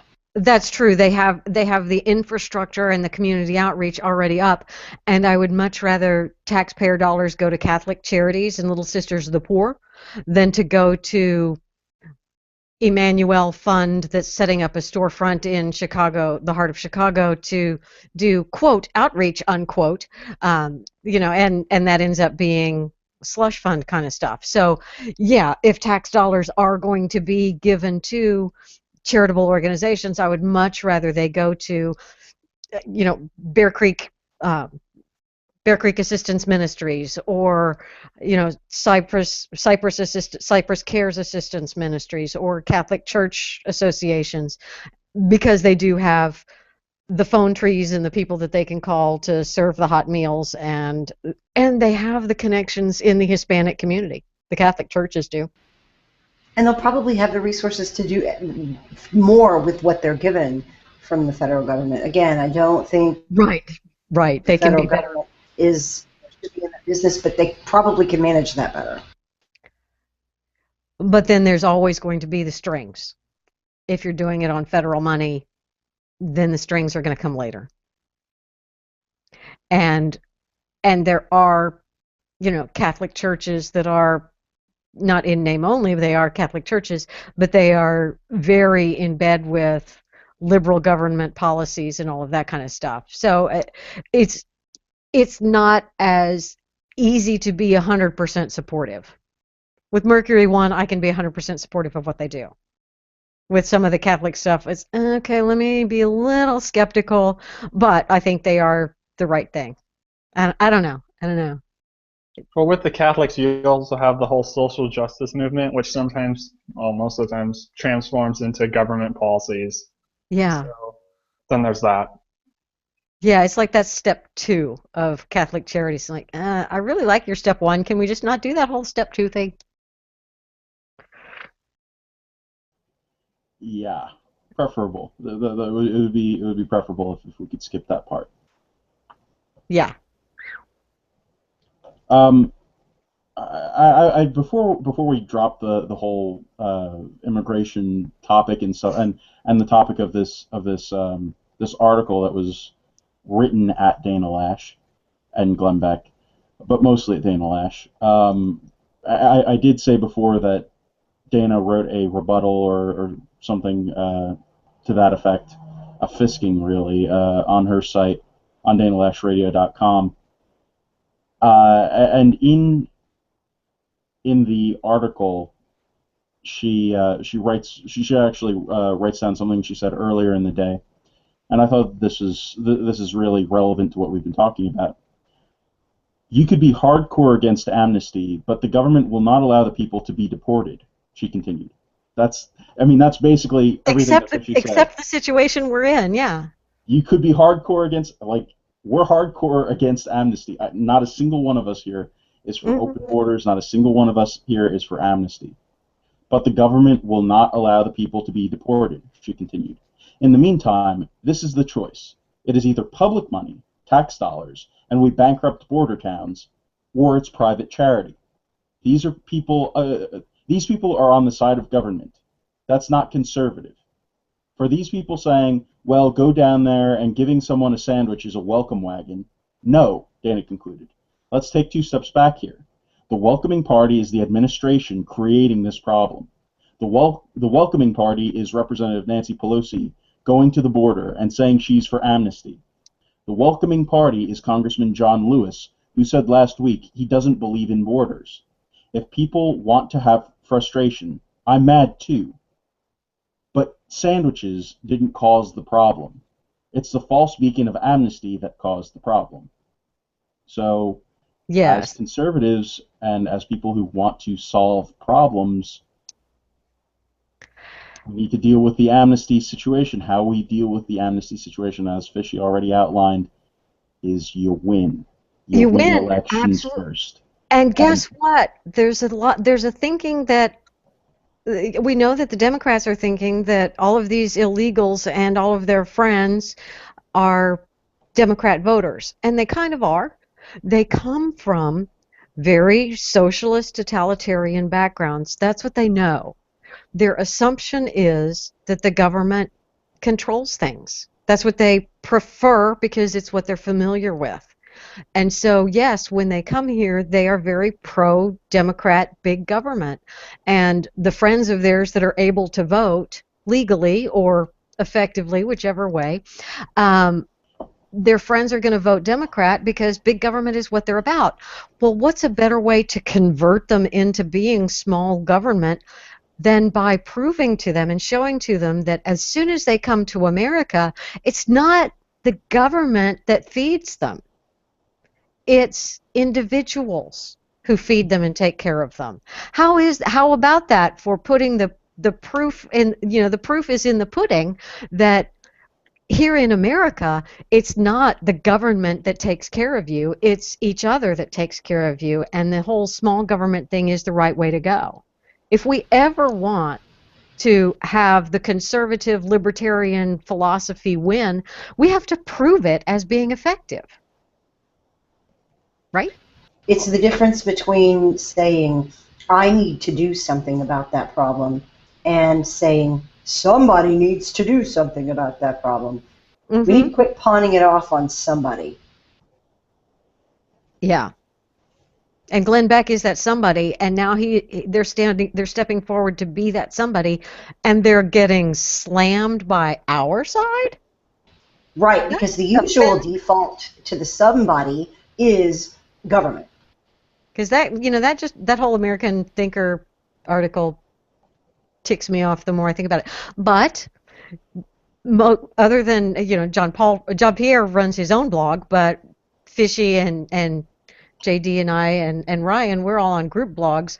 Not every single article published on our website do we agree with 100%. So I can't decide that American Thinker is bad just because they had that one article I disagree with. I'm just going to say, M. Catherine Evans, I disagree with you in that at that moment in that article. I may agree with M. Catherine Evans on some future article, but this one article, that's crazy cakes. Crazy cakes is a way of putting it, but yeah, absolutely. I'm sure that Miss Evans and us have lots in common as far as issues that I mean we share a common stance on immigration, for crying out loud. She shares the same stance that we have and that Dana Lash has, as far as you know the idea that amnesty is a bad idea and that we shouldn't have it. That's the thing that is so preposterous about this whole thing, is she's attacking somebody who has the same exact ideas as she does. It's mind-boggling from that in that respect. Um, but since we're coming around to the end part of the show, And since Ryan missed the early bit when we got to ask Jean Pierre some questions, I'm sure it's getting late for Jean Pierre as well. I would love it, Ryan, if you have some more questions for Jean Pierre, or if anyone else has some questions, maybe some questions from the chat, and then we'll give. I think it would be good if we give Jean Pierre a open mic to, uh, you know, talk about what he wants to talk about, and then we'll wrap up. That would be if that would be acceptable to everyone. Okay, so my main question I wanted to hear your answer to, and sorry if this was asked before I joined, how have you come to kind of change your messaging going from where you were to the way that you're going now? Because I've been changing over the course of the last couple of months, but I'm wondering kind of how you came to that. If it's been slowly, if it's been over time, if there's been any specific people who've influenced you or things like that. Yeah, that's an interesting question because it's hard for me to put down like an actual like date or maybe like a period of a month where I was kind of like started to really just start focusing on changing my how I crafted my message and everything. I know that I started thinking this way. I mean, thinking differently and trying to craft what I believed in a different way before I went to college. It grew significantly while there. But I think one thing that really helped was and I mentioned this in the beginning, my anarcho-capitalist friend. In the beginning when we met, this was at school, the two of us didn't really, we were kind of, it was like kind of our parents were like, met each other and were like, hey, you guys have the same thing in common, you're into politics. And then so we're like, kind of like, okay. So we kind of sheepishly met each other and didn't really know what the other believed totally. So like the first thing I remember him saying was that he was into Ron Paul. At that point, I wasn't really into Ron Paul, so I was kind of like, okay. And over that, and for the next like year, we, whenever we discussed politics, it was more of a aggressive, confrontational manner because both of us, I had never really come across an anarcho-capitalist before. So this was like treading new water, and I was like, what the heck is an anarcho-capitalist, and why would you even believe in that? So our first year, our relationship was rocky, and we didn't really get along that easily, politically wise. Somewhere after that, I don't know how, but we decided subconsciously or consciously that we had more things in common than divided us. And so after that, I mentioned this earlier, but we would just go to Starbucks and talk for like 4 hours straight about politics, tech stuff. It really didn't matter, mostly politics, and we just hash out theories and whatnot. So I think that was the beginning of where I started to kind of see how I could connect with people who didn't believe exactly what I believed, and also b craft a message and talk to people on issues that in a way that we could connect on it and not always have to be confrontational to people. Last semester, my first semester at college, I really started working on this a lot more. It just became more apparent to me when I looked at all the students that were there and how they treated other people of different political beliefs, even like very similar. Like I'll mention this at the end, but especially their treatment of libertarians, like it shocked me. Like I was surprised how their reaction to libertarians, it didn't make sense to me at all. I think this is partially just because I've made friends with anarcho-capitalists and I like libertarians in general. So that was really a shocker to me, and that really opened my eyes to that we need to stop being so close-minded politically, and not in a way um, like our beliefs are being challenged or anything, but just accepting more people into the fold that are not 100% what we believe, and also if they're not 100% what we believe, not getting all pissy at them and freaking out and being aggressive and confrontational, and knowing that you can disagree. Okay, heck, you can disagree about the role of the state or if the state should exist, but you can still discuss 95% of the issues and agree on them, which is what me and my anarcho-capitalist friend do, like, all the time. So, yeah, that's answering your question right there.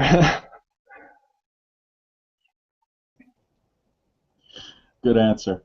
Yeah, no, I think we should probably just if you wanna give us a closing statement, if you wanna get some stuff off of your chest here that you want to let people know, and definitely remember to mention your website and all of that, and your social networks and all of that stuff at the end. So, go for it.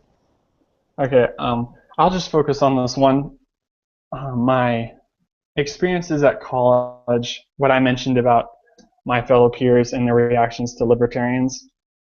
So there was this one incident in the cafeteria towards the end of the semester that really like opened my eyes to the fact that how bigoted many of the conservatives there were towards libertarians in general. So three of the guys that I'm rooming with next year, we joke around a lot as guys, friends do, and we had some political discussions. Remember, these are the theonomists, two of them at least. And so we had been joking around politically, and then in a cafeteria during lunch on a Saturday, we were sitting down with a bunch of other freshmen, and one of the guys just leans over and says, "So, John Pierre, I hear you're a libertarian now." And he was joking with me, like I knew he was joking, and I started laughing at it immediately. But everybody else didn't know, and literally some people were shocked, and some people were like, "What?" in a very shocked and surprised manner. And that I was like, "Wait, is it?" They were like worried, like seriously worried that I was a libertarian. I'm like, "Why is that such an issue? It's not like I'm going to kill anybody." I mean, if it take a liberal over a libertarian, I mean, libertarians are much better. I mean, they are nice people. And so that really shocked me. Another thing was there were very few libertarians on campus. Then again, this is a campus of 400 people at most, but still, I could probably count the number of libertarians on my hand. One of which was a senior, and he didn't talk much anyway. So one time during lunch, I was sitting next to him, and I just turned towards him like, "So I hear you're a libertarian, right?" And he looked at me kind of a little weary, like, what is your end goal here?" And he's like, "Yes." And I'm like, "That's cool. That's nice. I'm glad to meet another libertarian." He's like, "Oh, okay." Like he was surprised that I was open about it and very accepting. Like you came And out of the closet as a libertarian. yeah. and so And so he was really shocked. And so I'm just like, hey, I like libertarians. I don't consider myself a libertarian. Some people do consider me a libertarian, but whatever. Um, no, I'm fine with you guys. I think I asked him something about students here and how they treat libertarians, and he's like, yeah, we're kind of a persecuted group here. And I'm like, wait, what? Like the conservatives here like persecute you? And I'm sure it's nothing significant like what you would find at It's Berkeley or not like any wedgies crazy. and swirlies or anything, but No, and like it's not like sideways kicking them glances. out of like yeah, it's not crazy. It's just a superficial, for lack of a better word, bigotedness Hmm. that libertarians are fine with gays existing, or they're very, you do what you want to do, I'll leave you alone. Just don't try to take what's mine and don't try to violate anybody else's rights or freedoms or property. Yeah. And so to some conservatives, that freaks them out. It's like what you were mentioning before with liberals, where it's like either you're against illegal immigration or you help kids at the border. It's that kind of same thing.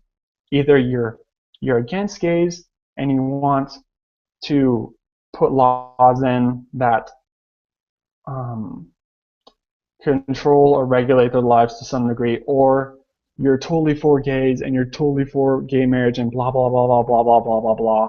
you're a heathen, you're destroying our society. Not all of them believe that, but I have seen little threads of that here and there. Like, okay, in class, in history class, several of the students, probably at least 5, and there was probably at least at most 20 of us in this class. At least 5 of them said that they wanted to prohibit alcohol again, and B, criminalize adultery, and probably somebody said something about gays. After hearing that, that literally freaked the crap out of me. Yeah. Yeah, I was completely shocked that who wants to ban alcohol anymore? Like seriously, nobody has read anything about the prohibition, and then also that they would use the government as kind of their club to beat other people. So I, totalitarianism is fine as long as I'm the one in charge. yeah, that's But basically it.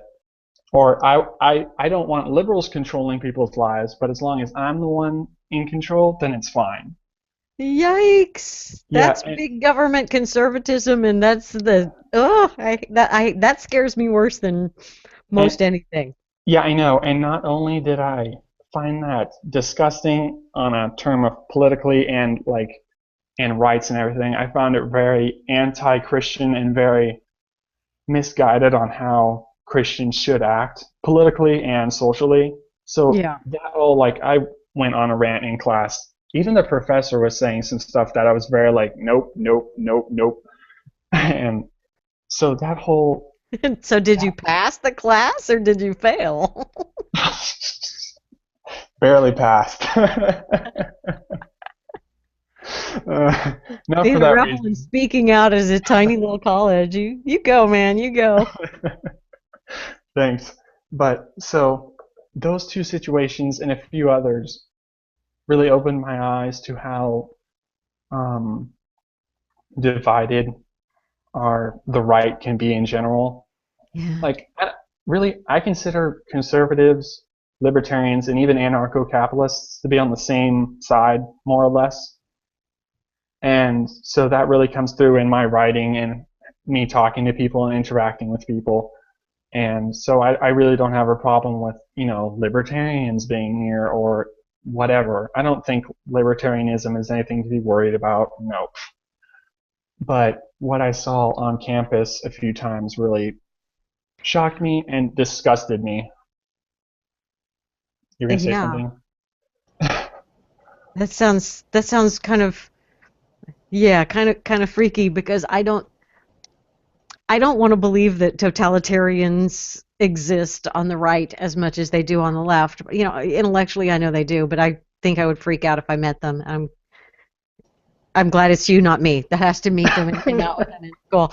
Um, because I'm with you. I think that the libertarian side of the world um, agrees with my version or my flavor of conservatism, and we would vote for the same people. And frankly, there aren't any successful libertarian candidates um, unless they are under the umbrella of the Republican Party. And I would like for libertarian type or libertarian guided candidates to be more successful than they are, and I want to welcome them into the Republican Party so that they can take over the Republican Party along with me and my kind of people. Exactly, yes. I want the libertarians to come into the tent with me, and that means that we need to be friends with them. And there's a lot of anarcho capitalism, although getting them to vote is probably not going to happen. But if No, they as long as they're not agorists. If they're agorists, then they won't vote. But if they aren't, then they might. Does So, everybody have to have their own little group name? Is that the deal now? Yeah, can you define that? yes, but I'm not going to because it would take another 3 hours of show. So, Well, here's the response, I think. Of all tyrannies, a tyranny sincerely exercised for the good of its victims may be the most oppressive. It would be better to live under robber barons than under omnipotent moral busybodies. The robber Amen to baron's that. cruelty may sometimes sleep. His cupidity may at some point be satiated, but those who torment us for our own good will torment us without end, for they do so with the approval of their consciences. C.S. Lewis. And that's why I am totally against theonomies. And that's another thing that really shocked me was I didn't know what a theonomist was until I went to Patrick Henry. That's the college I'm at.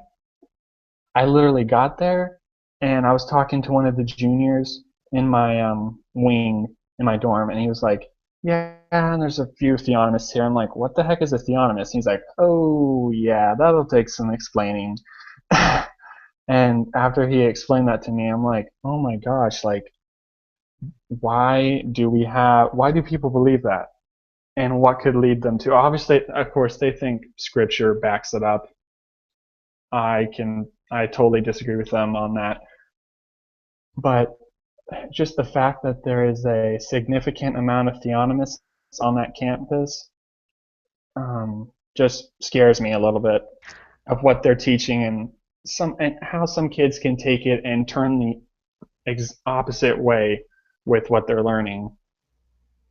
Although maybe it's comforting, and one can think that every single theonomist in the entire world is going to Patrick Henry College. So if there are 10 there, there's only 10 in the world.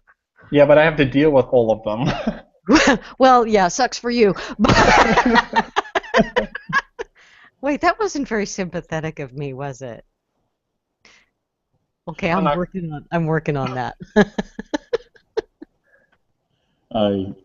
You are not alone though with dealing with those theonomists. I'm not going to say that the people that I've engaged with at CPAC a few times are theonomists, because I don't know enough about the word theonomist to effectively apply the term.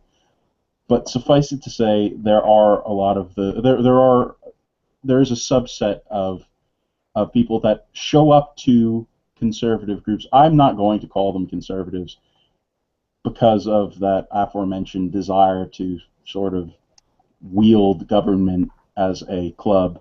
I don't think that that's something that's particularly conservative or something that's Republican to do. So it's hard to apply those terms there. As much as they might want to be Republicans or be conservatives, I don't know that that's a label that particularly fits. It's one of those square and rectangle situations. Reverse that. Anyway, we're pretty much done. We are at the end of the 2 hours. At the end of their broadcast day, I do think that one of the important messages that you just made me think of, since the theonomists are at Patrick Henry are young and politically active, and you've run into that same mentality at CPAC, which means they are politically active and engaged, and they have positions of influence within the party. That means that we need two of us to outnumber every one of them, and we tend to be less politically active because we're just going about our daily lives, and we're not as determined to control the world via our theology. Three live and let live guys are easily defeated by one determined totalitarianism. Okay, one of them. One One of guy those who's guys. really determined. Yeah, one guy who's really You know the determined to type. control your life can do so because he's going to apply his money and his position and his influence to control you, whereas you just want to be left alone. So I think we do need to learn about these guys and realize that they exist, because we need to overpower them The and good news outnumber them. the good news is that if they are the same guys that I recognize from CPAC, they might just be in it for the fashion statement. Do they wear fabulous red capes? Oh, what? Fabulous red capes. As soon as we get Free Radical Network up and running again, that will make sense and that link will appear in the description so that you can Okay. understand exactly what red Okay, folks I need to have to know. do with busybody moralists. And I need it's to like know the about perfect Kate. end cap. It's the perfect end cap because in that article that I wrote 2 years ago, a year ago, not 2 years ago, a year ago, it also talks about a pretty well-known anarcho-capitalist. So it's just all sewn up, Awesome. So sewn up. it can all tie together. That's Yeah. great. Okay, well, I would be remiss if I did not mention the artwork behind JD's head, which is The Conservative Insurgency by Kurt Schlichter, right there. See, there you go. I'm going to speak now, so that's my picture that shows up, so that you can actually see the cover this time. Because last time I brought the cover up, but I didn't speak, so you couldn't really see what the cover looked like. But that's what the cover looks like, and I got two. So one is on my wall, and one is in my hands. Yay! Kurt Schlichter, buy the book. And thank you very much to our guest, John Pierre Maley, and his website is thepoliticalinformer.com.